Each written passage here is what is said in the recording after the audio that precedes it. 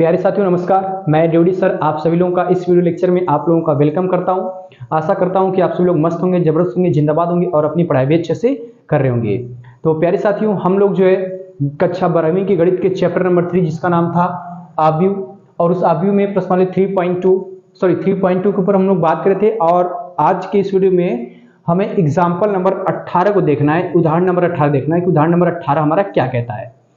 तो ये उदाहरण नंबर 18 जो है एक बार हम लोग पढ़ते हैं और देखते हैं कि उदाहरण नंबर 18 हमारा क्या है और उसकी हल करने का पूरा सिस्टमेटिक तरीके से समझते हुए चीज़ों को आगे बढ़ेंगे। तो प्यारे साथियों, आप जो है पूरे प्रॉपर तरीके से सवाल को देखिएगा और एक तरीके से समझने का भी प्रयास कीजिएगा। तो एग्जाम्पल नंबर 18 हमारा ये कह रहा है क्या कि यदि ए बराबर ये 3 × 3 क्रम का एक आव्यूह है और ये कह रहा है कि तो दर्शाइए कि a के घात 3 मतलब a का क्यू -23a -40i बराबर o मतलब आपका शून्य यहाँ पर है और शून्य का मतलब एक प्रकार का शून्य आव्यूह है। शून्य आव्यूह किसे कहते हैं, इसकी मैं परिभाषा मैंने लिखवा दी है। शून्य आव्यूह ऐसा आव्यूह होता है जिसके सभी अवयव शून्य हो, उसे शून्य आव्यूह कहते हैं। और यहाँ पर i है, i मतलब आइडेंटिटी की मैट्रिक्स मतलब तत्समक या इकाई आव्यूह कहते हैं। और इसका परिभाषा ये होती है कि ऐसा आव्यूह जिसके मुख्य विकर्ण के अवयव एक हों। मुख्य विकर्ण के अवयव जैसे मैंने कह दिया कि 1 हो गया, 0 हो गया, 0 हो गया, फिर 0 हो गया, 1 हो गया, 0, फिर 0 0 1 मतलब ये मुख्य विकर्ण के अवयव एक होते हैं। तो इस प्रकार के आव्यूह को हम लोग कहते हैं इकाई अथवा तत्समक आव्यूह, जिसे I से प्रदर्शित करते हैं। ये आव्यूह था। तो सवाल ये कह रहा है कि a तो है, मुझे इस बात को साबित करना है कि a का क्यू -3a -40i बराबर o होना चाहिए, शून्य आव्यूह होना चाहिए। तो अब इस a की सहायता से हमें a का क्यू निकालना पड़ेगा और a का क्यू निकालने से पहले हमें a² निकालना पड़ेगा। तब जाके इन सभी मान को इसमें रखेंगे, मतलब ये LHS है, LHS को हल करेंगे तो RHS हमारा मिल जाएगा। तो इसको कैसे हल करेंगे ये तरीका आप लोग सिस्टमेटिक तरीके से देखिएगा ताकि एक एक चीज आपको बढ़िया से समझ में आए।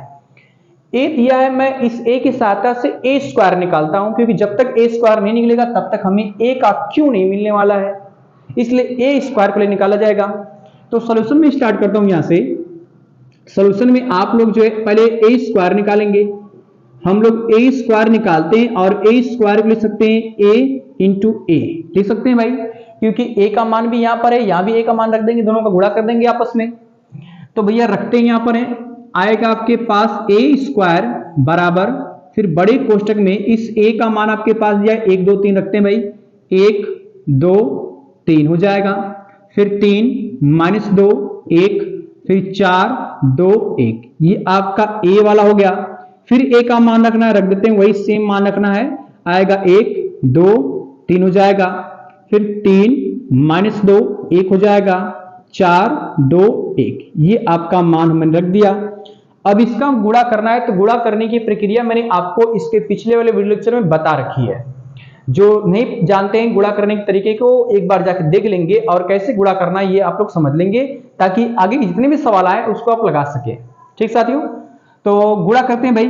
गुणा करेंगे तो आएगा a² बराबर बड़े कोष्टक में इस वाले पंक्ति गुणा इस वाले स्तंभ में करेंगे तो 1 × 1 ये 1 आएगा, फिर प्लस 2 3 6 ये 6 हो जाएगा, फिर प्लस 4 3 12 ये 12 आ जाएगा। ठीक है, इसका गुणा इसमें हो चुका है। अब इसी गुणा हम दूसरे स्तंभ में करेंगे तो आएगा 2 × 2 2 × 2, फिर -2 दूना हो जाएगा 4, फिर प्लस 2 3 आएगा 6, ये हो गया। इसका गुणा इसमें करेंगे तो 3 × 3 3 × 3, फिर 2 × 2 प्लस में आएगा 2 × 2 प्लस फिर 3 × 3, ये आ जाएगा।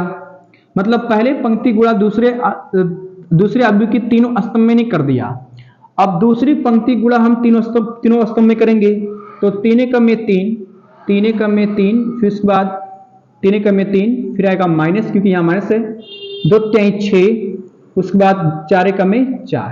चलो भैया ये हो गया। इसका इस गुणा करते हैं 2 3 6, फिर माइनस माइनस जाएगा प्लस, 2 दूना हो जाएगा 4, फिर 2 × 2 प्लस 2 हो जाएगा।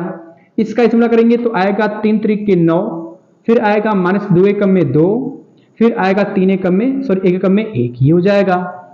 अब अंतिम पंक्ति गुणा करते हैं भाई, 4 × 4 यहाँ पर हो जाएगा 4, फिर 2 3 हो जाएगा 6, प्लस में आएगा 6, फिर 4 × 4 प्लस 4 हो जाएगा।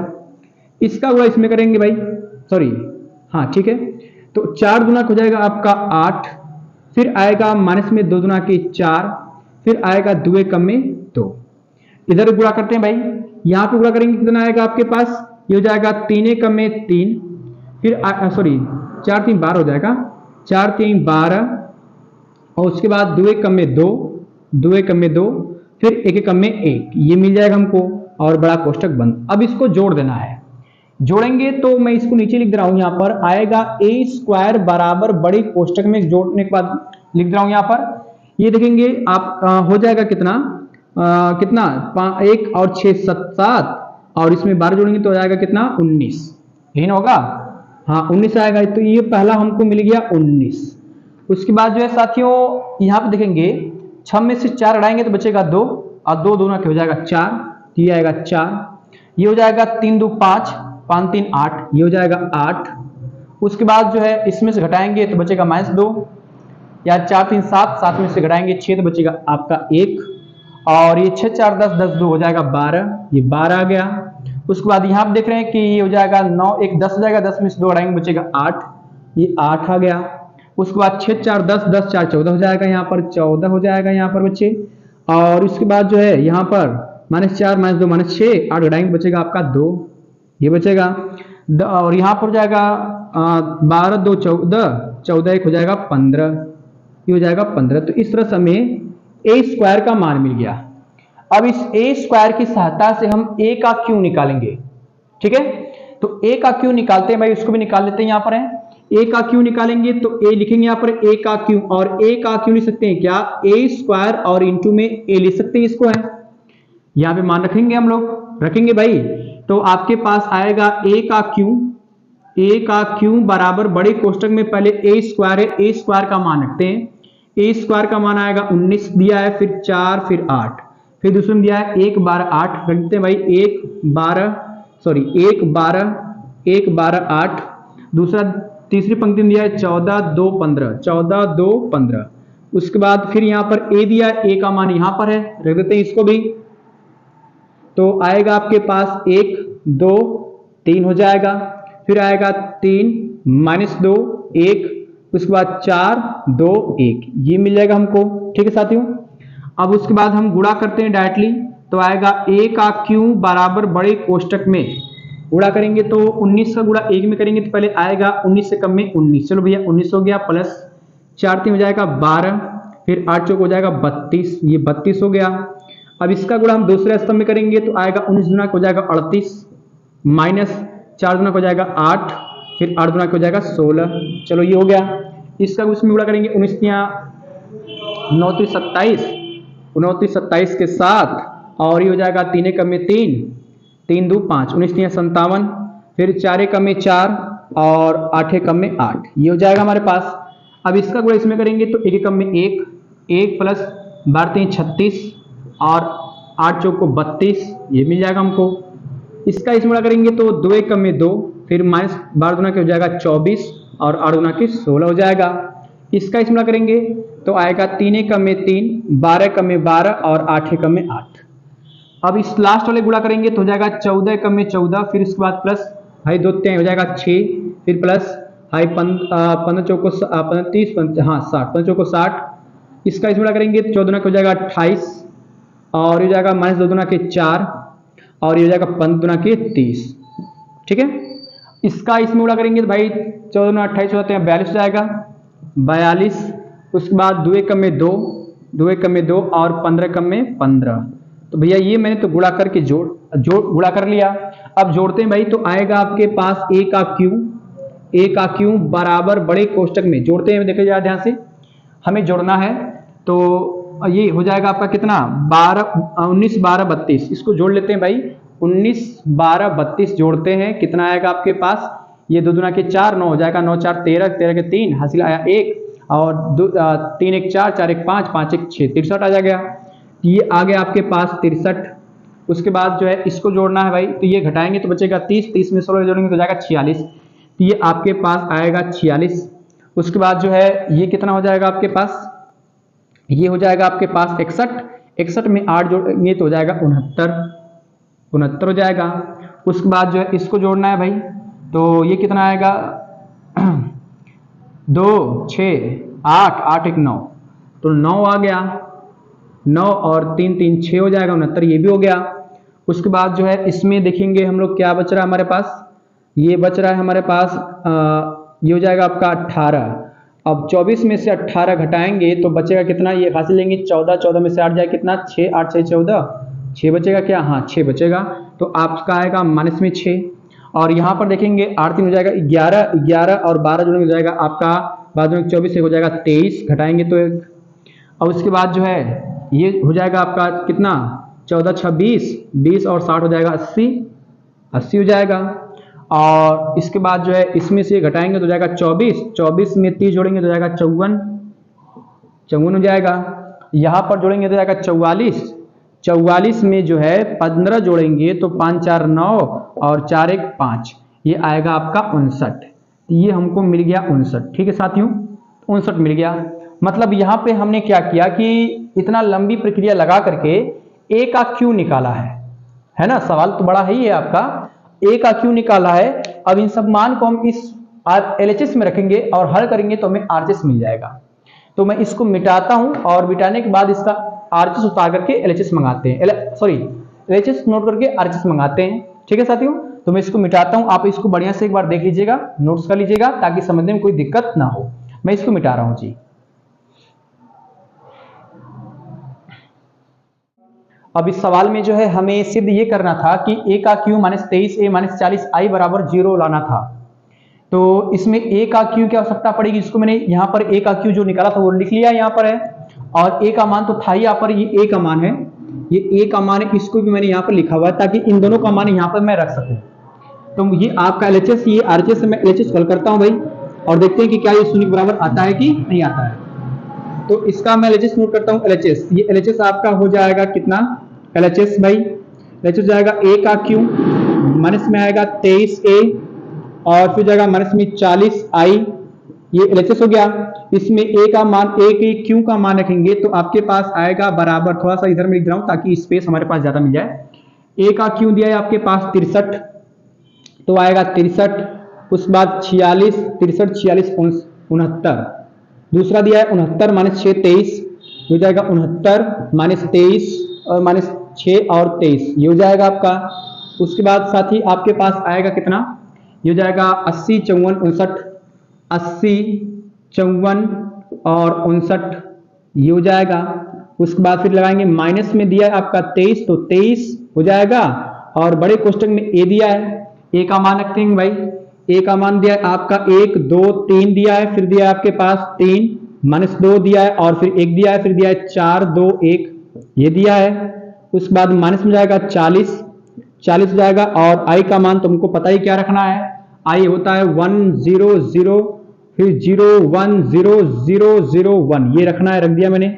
अब इसको हल करना है, हल करेंगे भाई तो आएगा आपके पास बड़े कोष्टक में कितना हो जाएगा 63, फिर हो जाएगा आपके पास 46, फिर हो जाएगा 69 हो जाएगा, और ये हो जाएगा 69 माइनस 6, फिर हो जाएगा 23, और ये हो जाएगा आपके पास 80 54, और ये हो जाएगा आपके पास कितना 59, ठीक है ना, 59 हो जाएगा। फिर माइनस 23 के अंदर मल्टीप्लाई कर दिया जाए, आज 23 का अंदर मल्टीप्लाई करेंगे तो आपके पास कितना आएगा, 23 से कम हो जाएगा 23, ठीक है ना, 23 से कम है 23, और 23 गुना हो जाएगा 46, और फिर उसके बाद 3 3 9 2 2 3 6, ये आएगा आपका 69।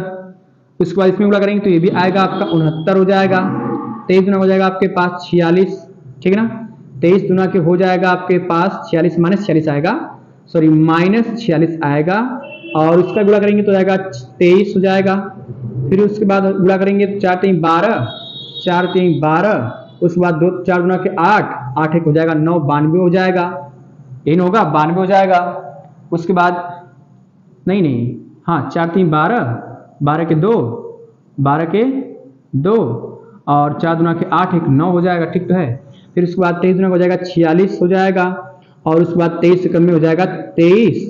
उसके बाद फिर आएगा माइनस में गुणा करेंगे, अंदर 40 का भी गुणा करेंगे तो आएगा 40 से कम में 40, फिर 0 0 0 0 40 0, फिर 0 0 40, ये हो जाएगा आपके पास, ठीक है प्यारे साथी।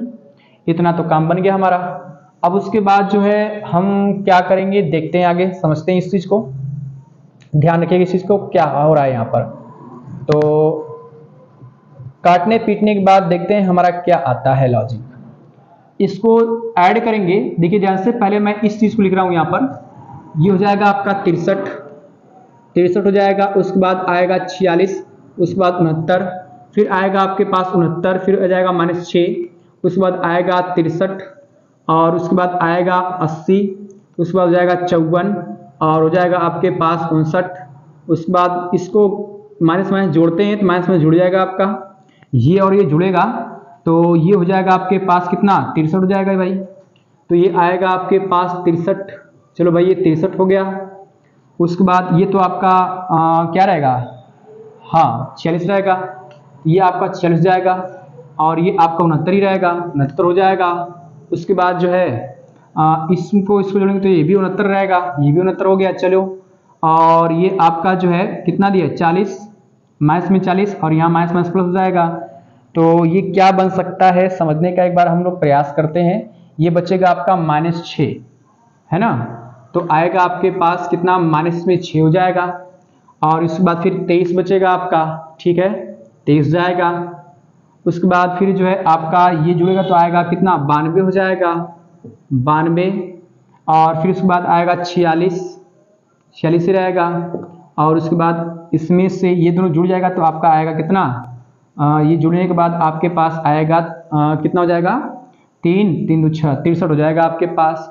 थोड़ा सा मैं एक चीज मिसप्रिंट ये कर रहा हूँ बच्चे, आप लोग जो है थोड़ा सा वीडियो को पीछे करके देख लीजिएगा कि जब हम लोग ए का क्यू निकाल रहे थे तो ए के क्यू के निकालने में जो तीसरी पंक्ति थी इसको मैंने सही जोड़ा था कि नहीं जोड़ा था। मेरे ख्याल से जोड़ने पर जो है आपका ये जो है आपका 92 आना चाहिए, ये जो है आपका 92 आना चाहिए, और ये जोड़ने पर आपका जो है आना चाहिए आपका 46 आना चाहिए, ये जोड़ने पर आपका 46 आएगा, और ये जोड़ने पर आपका आएगा 63। एक बार थोड़ा चेक कर लीजिएगा 63 आ रहा है कि नहीं आ रहा है, ठीक ना। यहाँ भी चेंज कर लेते हैं हम लोग हैं, यहाँ पर भी आएगा आपका 92, यहाँ पर आएगा आपका 46, और यहाँ पर आएगा आपका 63। ये दोनों जगह चेक कर लीजिएगा है ना, यहाँ भी तब चेंज करना पड़ेगा। ये भी आपका आएगा 92, ये आएगा आपका 46, और ये आएगा आपका 63। एक बार थोड़ा सा वीडियो को पीछे कर देख लीजिएगा कि जोड़ने पर मैंने सही जोड़ा कि नहीं जोड़ा है, क्योंकि जोड़ने पर आपका 92 46 63 ही आएगा, ठीक ना। अब जब आएगा तो हम इसको हल करते हैं भाई। हल करने का मतलब ये हो गया कि ये अभी आपका क्या चल रहा था, LHS चल रहा था, तो यहाँ भी इसको LHS लिख दीजिएगा, ये LHS ही चल रहा है। LHS मतलब LHS बराबर में आपके पास हल करने पर क्या क्या आया देखते हैं। अब इस आबी में से इसको घटाना है तो 63 में से 3 घटाएंगे तो बचेगा आपका 0 बचेगा, ये हो जाएगा 0, ये भी हो जाएगा 0, ये भी हो जाएगा 0, ये हो जाएगा 0, ये भी 0 0, मतलब सब लगभग ऑलमोस्ट आपका 0 0 ही आएगा, 0 0 ही आएगा। और इस प्रकार के आबी को हम लोग कहते हैं शून्य आबी, और ये हमारा क्या है RHS है।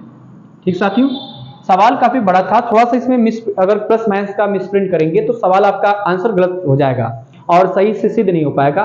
इसलिए जब भी आप सवाल को लगाएं तो एकदम ध्यानपूर्वक लगाएं ताकि प्लस माइनस में कोई गड़बड़ी ना हो और सवाल आपका प्रॉपर तरीके से उसका आंसर आए। मैं कह रहा हूं कि यहाँ पर इसको चेक कर लीजिएगा कि हम तीसरी पंक्ति जब हल कर रहे थे तो तीसरी पंक्ति को हल करते समय यहाँ पर मैंने जोड़ने में थोड़ा सा मिसप्रिंट शायद कर दिया होगा। एक बार पीछे वीडियो को पीछे जाकर देख लीजिएगा कि कहाँ मिसप्रिंट हुआ है, कमेंट बॉक्स में भी लिख दीजिएगा।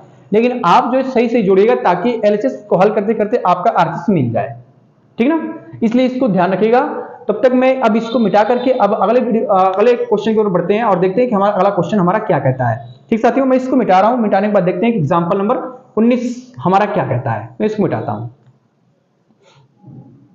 तो प्यारे साथियों, अभी हमने उदाहरण नंबर 18 खत्म किया, अब हमारे सामने उदाहरण नंबर 19 है। देखने में तो काफी बड़ा लग रहा है, कितना बड़ा क्वेश्चन है, इसको कैसे हल करेंगे, समस्या काफी लग रही होगी।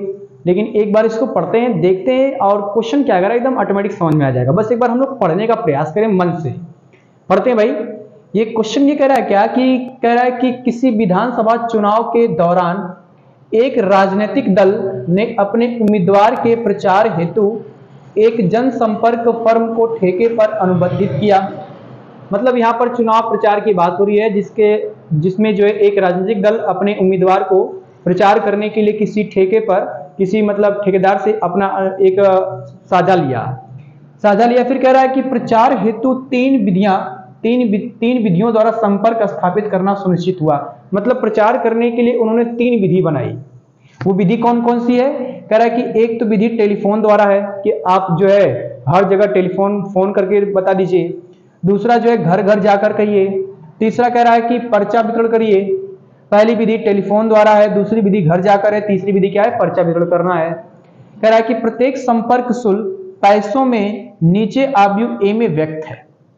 अब आव्यूह कह रहा है क्या कि अब जो है जितने लोगों को टेलीफोन करना है उनके टेलीफोन करने का शुल्क जो है 40 पैसा आता है। मतलब एक लोगों को टेलीफोन करने पर 40 पैसा शुल्क आता है। और घर जाकर जो शुल्क आता है वो 100 पैसा है ना? शुल्क जो है 100 पैसे है एक लोगों पर, और एक लोगों पर पर्चा देने का पैसा 50 पैसा है। तो टेलीफोन द्वारा शुल्क 40 पैसा है, घर जाकर पैसा जो है 100 पैसा है, और पर्चा द्वारा जो है जो पैसा शुल्क लग रहा है वो 50 पैसा है। ये कहना चाहता है मोटी मोटा में। फिर क्वेश्चन कह रहा है क्या कि x तथा y दो शहरों में प्रत्येक प्रकार के संपर्कों की संख्या आव्यूह b में व्यक्त है। मतलब ये कहना चाहता है कि आव्यूह b आपका है जिसमें दो शहर है, एक x शहर है और एक आपका y शहर है। x शहर में 1000 लोग ऐसे हैं जिसमें से टेलीफोन किया गया। मतलब शहर x में जो है 1000 लोग ऐसे हैं जिनको टेलीफोन किया गया है, और इसी शहर में 500 लोग ऐसे हैं जिनके घर घर जाकर जो है प्रचार करना है, और इसी x शहर में 5000 लोग ऐसे हैं जिनको पर्चा बांटना है, भाई पर्चा के द्वारा प्रचार करना है। दूसरा कह रहा है y शहर में 3000 लोग ऐसे हैं जिनको टेलीफोन करना है, और y शहर में 1000 लोग ऐसे हैं जिनके घर घर जाकर पर्चा करना है, और y शहर में 10,000 लोग ऐसे हैं जिनको पर्चा बांटना है, ऐसे बांटना है। तो कह रहा है क्या यहां पर कि टेलीफोन द्वारा एक व्यक्ति पर 40 पैसा खर्चा आता है, और x शहर में टेलीफोन कितने लोग किया जा रहा है? 1000। तो x शहर में टेलीफोन द्वारा टोटल खर्च कितना आएगा? 1000 का 40 से मल्टीप्लाई कर देंगे तो आपका टेलीफोन द्वारा जो है x शहर में खर्चा निकल जाएगा। उसी प्रकार जो घर घर जाकर जो शुल्क लग रहा है वो 100 पैसा है, और x शहर में कितने लोगों को घर जाना है? 500 लोगों को, है ना? 500 लोगों घर जाना है, तो एक लोगों पे 100 पैसा खर्चा हो रहा है, तो 500 लोगों घर जाना है, तो इसका इसे मल्टीप्लाई कर देंगे, हमें 500 लोगों का भी खर्चा मिल जाएगा। तो कहने का मतलब ये क्वेश्चन हमारा ये कह रहा है क्या कि x तथा y शहरों में राजनीतिक दल द्वारा व्यय की गई कुल धनराशि ज्ञात कीजिए। मतलब राजनीतिक दल ने दोनों शहरों x और y में कितने रुपए खर्च हुए, इसके बारे में हमें पता करना है, x और y दोनों शहरों में। तो मोटी मोटा में ये देख रहे हैं क्या कि ये तो आपका पूरा का पूरा टेलीफोन का सिस्टम है, ये पूरा घर घर जाकर घर घर लोगों को जाना है, और ये पर्चा लोगों को बांटना है। और टेलीफोन द्वारा जो खर्चा आ रहा है, शुल्क आ रहा है वो 40 पैसा है, घर जाकर जो शुल्क आ रहा है वो 100 रुपया है, 100 पैसा है, और 50 पर्चा द्वारा जो शुल्क आ रहा है वो 50 पैसा है। तो आपको मोटी मोटी में समझना क्या है कि हमें अगर x शहर में 1000 लोगों को टेलीफोन करना है और टेलीफोन का शुल्क जो है 40 पैसा है, तो 1000 लोगों पे कितना टेलीफोन खर्च हुआ होगा ये पता करना है, तो गुणा मल्टीप्लाई कर देंगे। मतलब ये करना है कि हमें मल्टीप्लाई करना है, तो इस आव्यूह b का मल्टीप्लाई आव्यूह a में कर देंगे, तो हमें दोनों शहरों में x और y में राजनीतिक दल द्वारा कितनी धनराशि व्यय हो रही है, कितना खर्चा हो रहा है, ये हमें पता चल जाएगा। तो मोटी मोटा में हमें करना क्या है कि आव्यूह b का गुणा आव्यूह a में करना है, जिससे हमें राजनीतिक दल का दोनों शहरों x और y में कितना खर्चा हो रहा है ये पता चल जाएगा। तो मैं यहीं पे ये काम करता हूं, सोल्यूशन में इसका यहीं पे स्टार्ट करता हूं। सवाल तो वैसे देखने में काफी बड़ा लग रहा है, इतना बड़ा सवाल है, लेकिन है कुछ नहीं, बस समझना ये था आपको कि क्वेश्चन कह रहा क्या रहा है और क्या हमें करना है। क्वेश्चन में मैंने पढ़ा सिंपली तौर से, है ना। तो अब मल्टीप्लाई करना है, तो यहां पर लिखेंगे कि b इंटू ए, क्योंकि b का मल्टीप्लाई a में ही करना है। क्यों? क्योंकि भैया x शहर में 1000 लोगों को टेलीफोन करना है और एक टेलीफोन करने का शुल्क 40 पैसा आ रहा है, तो भाई 1000 से मल्टीप्लाई कर देंगे इसमें, है ना ये। और अभी जब गुणा करूंगा ना तब भी आपको पता चल जाएगा क्यों हमने यहां पर b इंटू ए किया, क्यों नहीं a इंटू बी किया, ठीक है ना। तो पहले हम लोग b का मान लिखते हैं। b का मान तो आपके पास ये दिया है, कितना दिया? 1000, फिर 500, फिर दिया आपका 5000, ये एक हो गया। फिर दूसरी पंक्ति में दिया है 3000, फिर दिया है 1000, फिर दिया है 10,000, ये b का हो गया। और a का जो है a का मान दिया है 40, 100, 50, तो हो जाएगा 40, 100 और 50। अब देखिए ध्यान से, अगर आप इसी को a वाले मान को पहले लिखते हैं, b वाले मान को बाद में लिखते हैं, तो क्या इनका गुणा संभव हो पाएगा? इसमें देख रहे हैं कि 2 पंक्ति है 3 स्तंभ है, तो इसका मतलब इसका क्रम हो जाएगा 2 गुणे 3। इसमें 3 पंक्ति है 1 स्तंभ है, मतलब 3 गुणे 1। तो पहले आव्यूह में स्तंभों की संख्या दूसरे आव्यूह में पंक्ति संख्या बराबर थी, तभी इनका गुणा जो है संभव होता है। अगर आप इसको इधर कर दे, इसका इधर कर दे, गुणा संभव नहीं होगा। इसलिए हमें यहाँ पर b × 1 किया है, ठीक है ना, यही समझना था आपको। तो गुणा करते हैं भाई, गुणा करने का तरीका आप सबको पता ही है, गुणा कैसे करना है। इस वाले का गुणा हमें इसमें करना है, तो 1000 गुणा 40 में करेंगे तो पहले आएगा आपके पास 40,000 हो जाएगा। अब 500 गुणा 100 में करना है तो आपके पास हो जाएगा कितना भाई, 5 4 0 हो जाएगा, 50,000 हो जाएगा। 5000 गुणा 50 में करना है तो 5 5 25, 4 0 हो जाएगा, है ना, हाँ 4 0 हो जाएगा। अब इसका गुणा इसमें करना है भाई, गुणा करते हैं तो 4 3 हो जाएगा 12, 4 3 हो जाएगा कितना, सॉरी हाँ इसको जोड़ते भी चलना है, क्योंकि इसका इसमें जोड़ते चलना है इसको। फिर 4 3 हो जाएगा 12, 4 0 हो जाएगा। इसका इसमें गुणा करेंगे तो प्लस में आएगा 5 0, मतलब 1 लाख हो जाएगा पूरा टोटल, 5 0 हाँ ठीक है। प्लस में इसका इसमें गुणा करना है भाई, तो ये हो जाएगा 5 एकम में 5, 5 लाख हो जाएगा, टोटल 5 लाख हो जाएगा ये। अब जोड़ दो भाई इसको, तो ये आएगा b × a बराबर में कितना आएगा भाई, सबको जोड़ना है भाई, जोड़ेंगे तो कितना आएगा, ये आपका जो है ठीक है, ये 2,50,000 है। जोड़ते हैं, पहले आपका 2,50,000 लिख लेता हूं मैं यहाँ पर, और उसके बाद फिर 50,000 लिख लेता हूं यहाँ पर, और यहाँ पर आपका 40,000 लिख लेता हूं यहाँ पर 40,000। तो ये हो जाएगा 0 0 0 0, 5 5 10, 10 4 14, 14 का हासिल 1 और ये आ गया 3, मतलब 3,40,000 ये हो जाएगा, 3,40,000 ये हो जाएगा। इसको जोड़ लेते हैं भाई, इसको जोड़ने पे कितना आएगा, पहले आपका 5 लाख दिया है, 5 लाख जोड़ लेते हैं, 5 लाख ऐसे डायरेक्ट जो 5 लाख, ये 1 लाख 6 लाख और ये 1,20,000 दिया है, तो 5 6 7,20,000, ये आएगा 7,20,000 रुपया खर्चा होगा। ये वाला x शहर का है, ये वाला y शहर का है। इसका मतलब ये है कि x शहर में 3,40,000 रुपया और y शहर में कितना हो गया आपका, सॉरी 3,40,000 पैसे, और y शहर में 7,20,000 पैसे खर्चे हो रहे हैं, ठीक ना। तो लिख लेना यहाँ पर क्या कि अतः x शहर में संपर्क शुल्क, कुल संपर्क शुल्क, इन दोनों को जोड़ना ना है, दोनों को जोड़ लेते हैं भाई, दोनों को जोड़ते हैं, क्योंकि पूछ रहा है क्या आपसे कि x था y शहरों में, हाँ अलग अलग पूछ रहा है, x और y अलग अलग पूछ रहा है, तो अलग अलग निकालेंगे। लेकिन यहाँ पर अतः x शहर में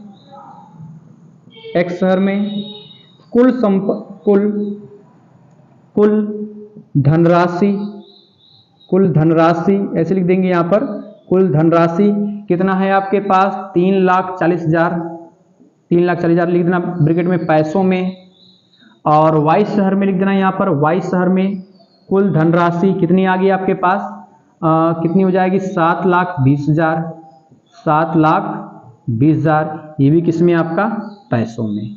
तो इस तरह से आपने जो है दोनों शहरों में कितनी कितनी धनराशि खर्च हो रही है ये आपने निकाल लिया, और ये हमें निकालना भी था।